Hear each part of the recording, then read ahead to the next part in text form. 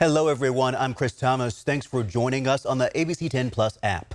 We continue tracking breaking news in Butte County tonight. 2 students have been hurt after a school shooting. I want you to take a look. It happened around 1 p.m. today at the Feather River School of Seventh-day Adventists in Palermo. The school is located on Cox Lane, just east of Highway 70. Now, part of the highway just reopened tonight as the investigation continues. Meanwhile, the 2 students are now in the hospital in what the sheriff describes as extremely critical condition with a long road ahead. Both, listen to this, are young boys, just 6 and 5 years old. Investigators say the suspect was a man who was found dead from what appeared to be a self-inflicted gunshot wound. They say the man came on campus to meet with the principal to possibly discuss the possibility of enrolling a student. After the meeting, the principal heard shots being fired and screams, and that's when they found the student shot. 35 students were placed on lockdown today. They were taken to a nearby church to reunite with their families. And ABC 10's Garshpal Sangha has been there all evening. He joins us live in Butte County tonight. And Garshpal, I know you just got another update from the sheriff's office, right? Yeah, Chris, that update wrapped up about 30 minutes ago here at the Butte County Sheriff's Office. Aside from the update that they gave us on the conditions for the 5 and 6-year-old boys, they also told us earlier in the evening they were looking for a driver. They said a driver drove the suspect, dropped him off at the school. Police were trying to figure out exactly who that was. During that update, we heard that that driver was an Uber driver, that they were able to find him. Right now, they're investigating him, trying to see if they can get any more information out of him as to if the suspect may have said anything in the car and whatnot. So that is what's happening right now. That is what they asked the public a few hours ago for their help. So the good news there is that they did find that driver. Right now, they are conducting their investigation. And during this news conference, we had a lot of little details come out as to exactly what happened. Again, all of this taking place around 1 p.m. Now, the Butte County Sheriff's Office told us California Highway Patrol was the first to arrive on the scene and was guided by school staff to an area where the suspected gunman was, and said it appears that the gunman shot and killed himself. A gun was found nearby and secured by authorities, and first aid was provided to those 5 and 6-year-old students. But citing a preliminary investigation, that is what the sheriff's office is saying, that some of these details could change. But what he knows so far is that the suspect possibly came on campus. We're told 2 days ago he scheduled an appointment with the administrators to talk to them this about if he can enroll one of his relatives at the school. So they told us that is why he was at the school talking with the principal. We're told there was nothing odd about that meeting. And when that meeting ended, the suspect went out, and that is when the principal heard gunshots. We're told students were outside, that we don't know if it was a recess, but the students were outside, and that the suspect had a gun and shot at 2 of those students. Again, that 5 and 6-year-old students were wounded. We're told right now, as Chris mentioned earlier, they're in extremely critical condition, that they're in a trauma center in the Sacramento area. So that is the information that we're told right now. We're told there was no connection between the students and the suspect, so this was sort of a random shooting that this suspect pulled off. So they're still trying to find a motive exactly into what happened here. But they do believe that the students were outside of the classroom when the shooting happened, that the suspect used a handgun, and not sure if it was bought legally. Not a lot of information has been released about the suspect. The sheriff's office saying that he does not want the focus to be on the suspect tonight. He wants the focus to be on those 2 little boys. But in the coming days, we should hear more about the suspect. So the FBI is also involved in this investigation, trying to help out the Butte County Sheriff's Office with any logistic issues. So this is what the FBI had to say about this investigation tonight. Speaking as a parent, my heart goes out to the families and communities affected. No father, no mother should have to endure what happened today. Please know we're working hand in hand with the full force of the FBI to be able to assist the Sheriff's Department in any way or form they need, as well as your communities. As of now, we've had our evidence response team deployed.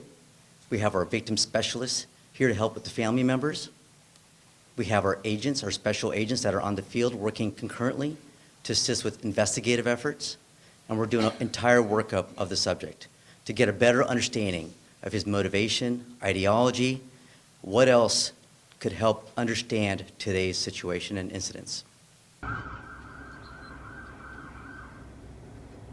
And law enforcement did tell us that they have identified that shooter, but they're not releasing any information at this point whether they had a prior relationship with him, but they're saying more information should come out as they go into throughout the week. Now, we're told law enforcement is going to stay at the school. They're going to stay tonight into the morning. It is unclear when that school is going to reopen, but the law enforcement did say that there's a lot of investigation to be done, a lot of evidence to be collected, and that they have to make sure to clean up that school before students are allowed back. So a lot of little details here and there. This is still a very evolving scene, a lot of information, a lot of questions people have as to why this even happened, but they're hoping in the coming days, weeks, a lot of those questions will turn into answers. Reporting live in Oroville, Garsh Paul Sangay, ABC 10.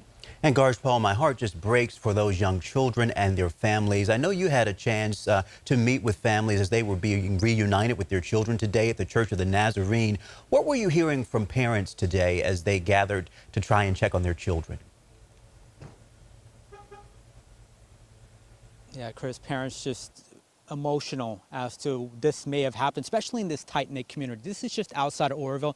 This is a community as only about 35 students that go to this school. So the parents obviously not expecting this to happen, but this is the unfortunate reality that they're dealing with. But they're just thankful that their loved ones are safe, but also they're keeping those two boys in their prayers, hoping that they're able to make a full recovery and come through all this. But right now, police are trying to figure out if this is a hate crime. They haven't said whether it is not, but they did bring that up in the news conference, but they tell us that they're going to slowly try to go through the process to make sure if this is. But right now they're saying they cannot, but that word was certainly brought up for a lot of the parents and the staff member. And we also spoke to some staff member at that Church of the Nazarene. A lot of staff members just emotional over this ordeal. They didn't want to talk on camera because of the emotional state, but they're just heartbroken that this can happen in this tight-knit community.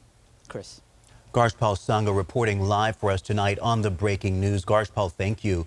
The Butte County Sheriff is, of course, no stranger to tragedy. Sheriff Kory, who led tonight's news conference, helped lead the campfire response in November 2018, the Oroville spillway crisis response, and many natural disasters since then.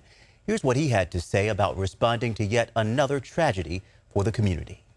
Close my comments with the fact that here we are again in Butte County dealing with another major incident, major tragedy. This community has endured so much over the last few years. It's hard to believe that we're back here again, but I can assure you that we're going to do everything we possibly can to figure out why this individual did the things that he did. And then, of course, moving forward, try to take care of those members of our community who have been impacted by this horrific event. Governor Gavin Newsom released this statement saying, quote, "We are actively monitoring the shooting in Oroville. The state is coordinating with local officials, and state law enforcement are on the ground and assisting local law enforcement. Our hearts go out to the Oroville community and the students, school staff, and families impacted by this horrific act of gun violence." And Assemblymember James Gallagher, who represents Butte County, released this statement saying, "My heart is breaking for everyone impacted by this tragedy. We will never understand why or how someone could do a thing like this. I'm grateful for the bravery of the law enforcement, fire, and medical personnel who responded to this attack to stop the shooter and rescue the victims." The statement continues saying, quote, "As a community, we will all be hugging our loved ones closer today as we pray for the victims and try to make sense of something so senseless."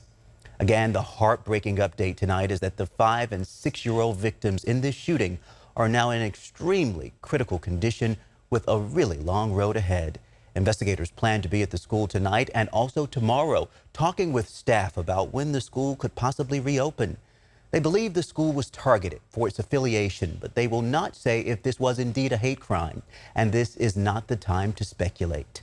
Another news conference will be held at 1 tomorrow afternoon, and this investigation is really just getting started. So stay with us for updates on this breaking news right here on ABC 10 Plus. The app is free to download wherever you stream. Please be safe.